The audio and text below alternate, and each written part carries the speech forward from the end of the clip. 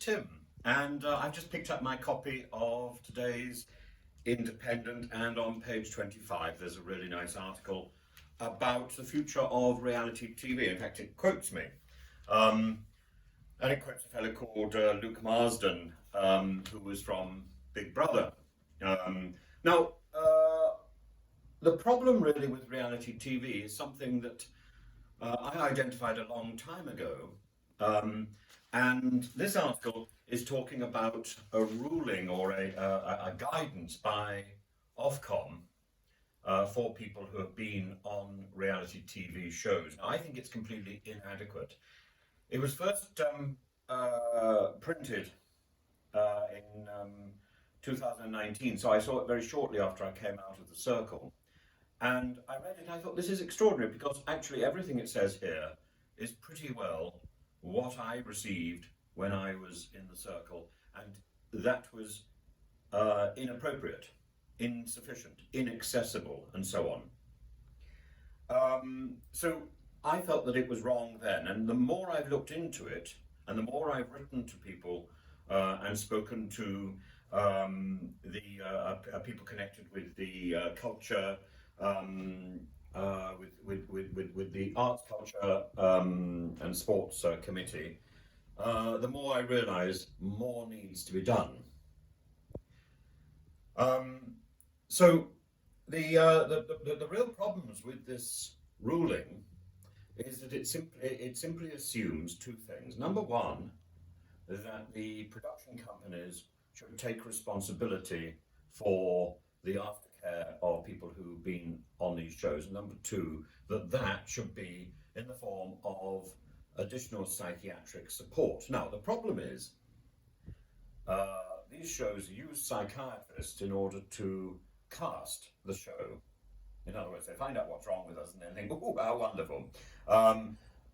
So it seems inappropriate and wrong for the same psychiatrists, who incidentally, I was never told what their qualifications were, for the same psychiatrists to be involved in aftercare. How can you trust these people?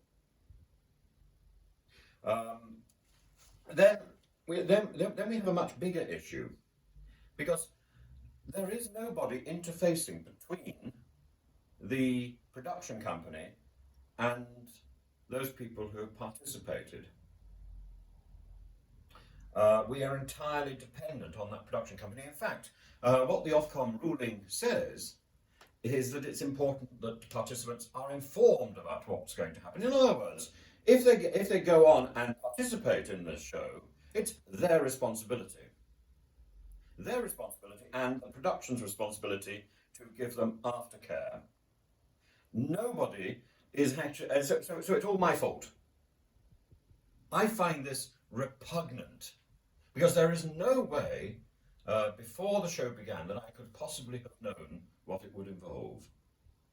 Even after I came out of the show, I had no real idea about what it would involve. It came as a great shock to me.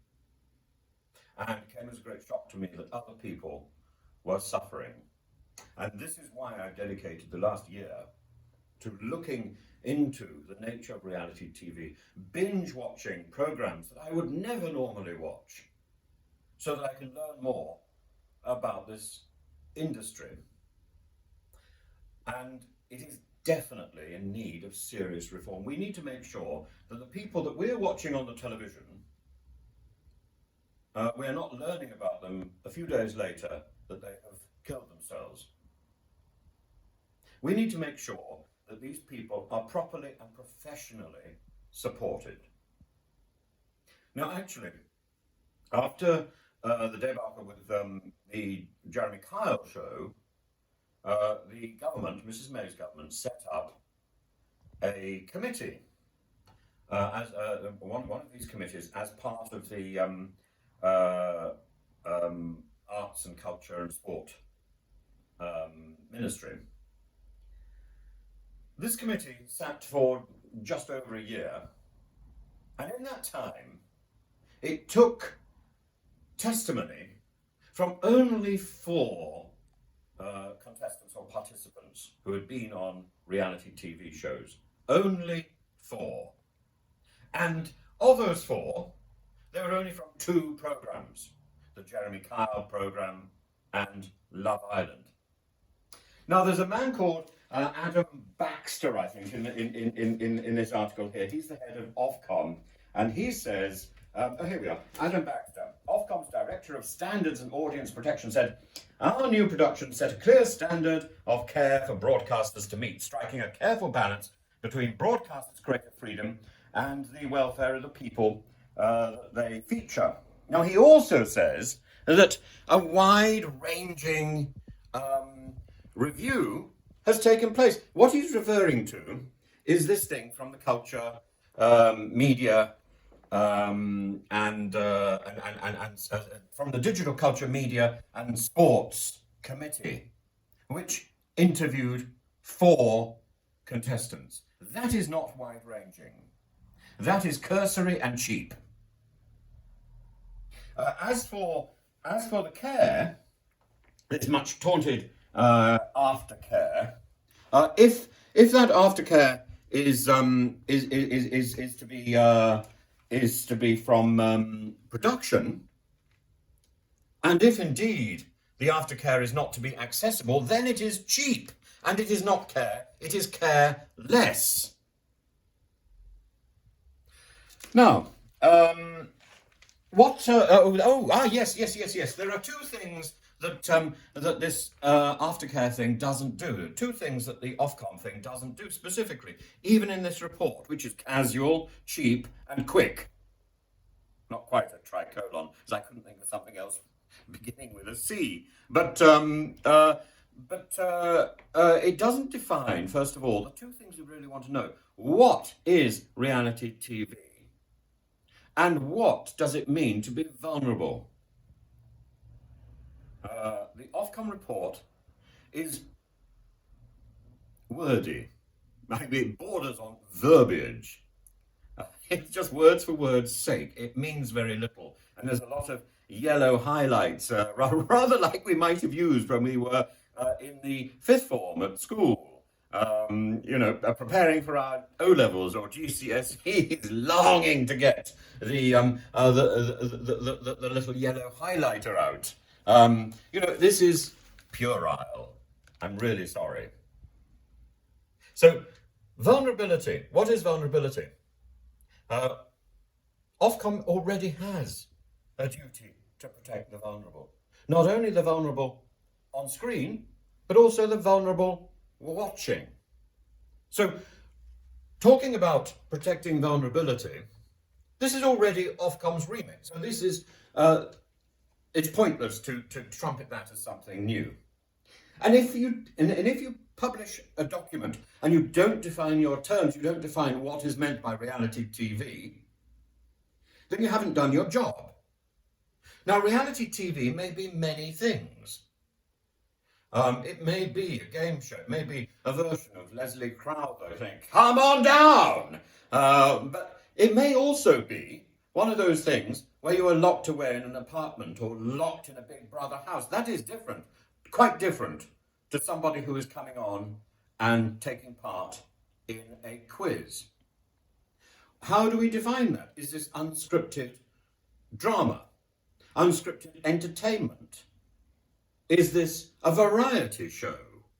Is this a spectacle? Is this a freak show? Is this a gladiatorial combat? It's simply not defined. And every time that I talk to people, the first thing they say to me is, what is reality TV? The one thing we can say with a certain amount of certainty is it isn't reality. So by definition, reality TV is not about reality. It's about something which is constructed and edited, and I would say brilliantly. But it's not about reality. So this cheap and inadequate document, which has been touted in the media, I think 3 times as being published. It was republished again a few days ago. This is what the government is giving us as a sort of sticking plaster to ensure that further people are not depressed or pushed to the edge of suicide by participation in reality TV. And make no doubt, that participation covers all parts of production. People in reality TV production seem to be miserable. Why? Because reality TV is about a production company taking control of the people who are on your screen, of the people who are acting as runners and producers. And when a company takes control to that level, in my experience, it's very rare that they give control back, or they don't surrender the control that they've taken very quickly. And that is the problem. Now, I think there already are organisations to look after people who've been involved in reality TV. The top of those organisations is the Performers Union Equity. Now, since it was formed in the 1930s, it was formed quite late. American Equity was formed much earlier, but there was a union that existed before that, and that union was formed in Britain. It was called the Federation of Variety Artists, or the Variety Artists Federation, the VAF. And it was in existence until the 1960s, when it was merged into Equity. Now, the extraordinary thing about the Variety Artists Federation is they had a sliding scale about how much money they took from people for joining their organisation. If somebody wasn't earning very much money, they didn't pay very much money. And they didn't act as an organisation that effectively validated the credentials of the performer, something that Equity is at pains still to do. It operates effectively a closed shop, and certainly did from the 1930s. No, the Variety Artists Federation took the view that if you were on stage, if you were performing, whatever you were doing, juggling balls, playing with dogs, whatever you were doing, you were represented. Why? Because you were performing, and because therefore you were potentially in a position of being exploited by management. When we look at reality TV participants, I can say from my own experience, there is a degree of exploitation. We are not paid a performance fee. We may eventually get some sort of prize. I got a prize. I'm very grateful for it because it's actually sustained me through lockdown, because I've earned nothing since I came out of the circle. But most people get a thing called a displacement fee, which is between £60 and £70 per day. The days that we spent filming were long, and we know from various accounts which have emerged that these days certainly went on until 3 o'clock in the morning. That is a long day to be filming, and we were being filmed 24 hours a day. So, in effect, we were working well beyond a normal working day, and we were being paid £60 to £70 displacement fee for that. That is below minimum wage. And it doesn't qualify as a performance fee, and therefore organisations like Equity would not accept that as a statement that we had been involved in performance. And yet at the same time, we are entertaining people on television for upwards of 3 to 4 weeks, night after night. We are on prime time slots. Now, what I find extraordinary is that the board of Equity have not come back and said, well, oh, hey, look, 20 to 30% of TV scheduling is taken up with people in reality TV shows who are not being properly paid. And that time, those 20 to 30% of scheduling could be taken up with the work of our own equity represented actors being properly paid, being properly represented.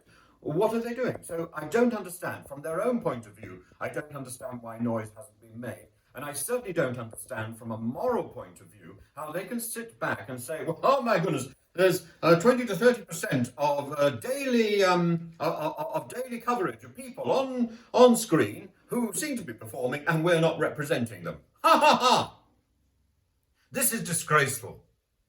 If the buck stops anywhere, frankly, it doesn't stop with reality TV. It doesn't stop with Ofcom. It doesn't stop even with Oliver Dowden, the Secretary of State. It stops with equity. Equity is a moral garbage can to turn its back on people who are performing and working very hard in order to entertain. I am shocked. I have written and I've spoken to equity, and each time they say, oh, we'll get back to you. And they don't.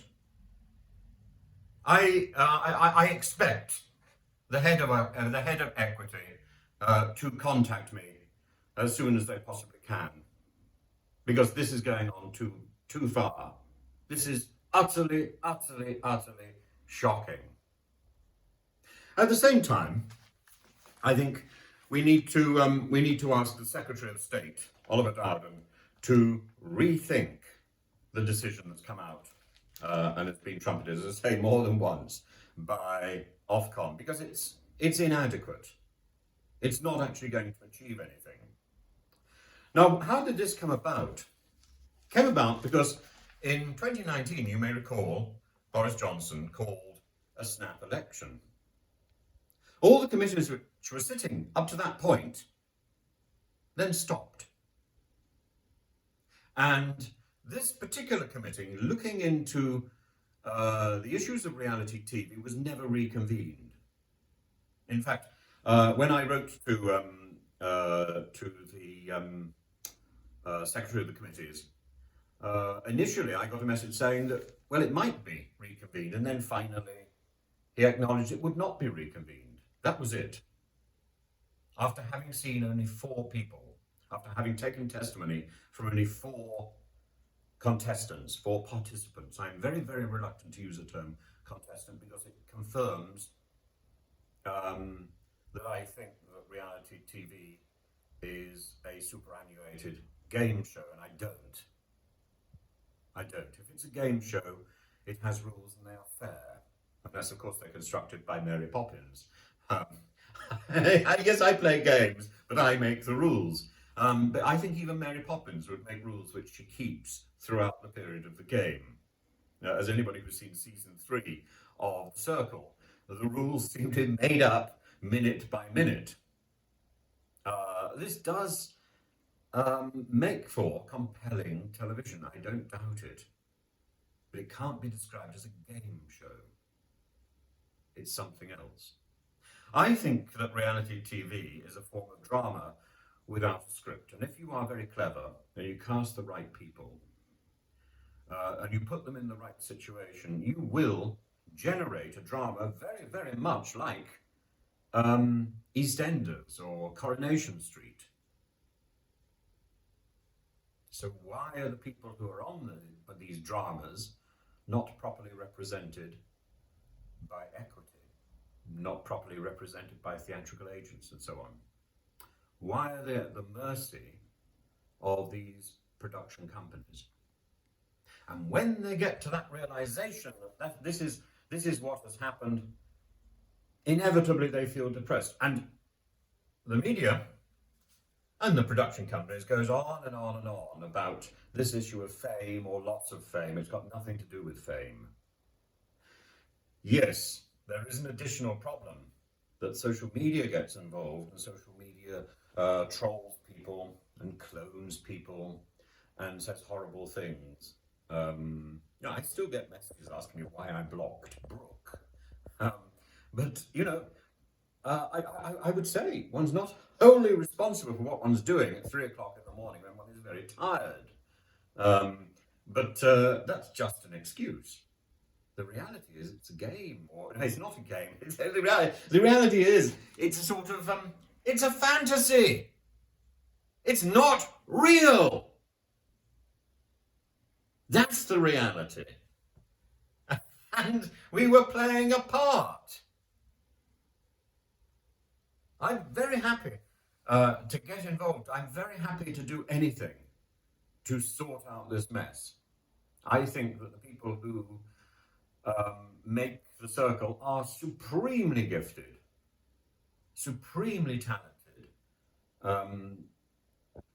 and I think even with my reservations about the show, it's very, very watchable. But I wouldn't like to see this as the format of television from now on. I think it has to change. I think we need feel-good telly. And I think the circle needs a serious rethink. I'm very happy to be part of that.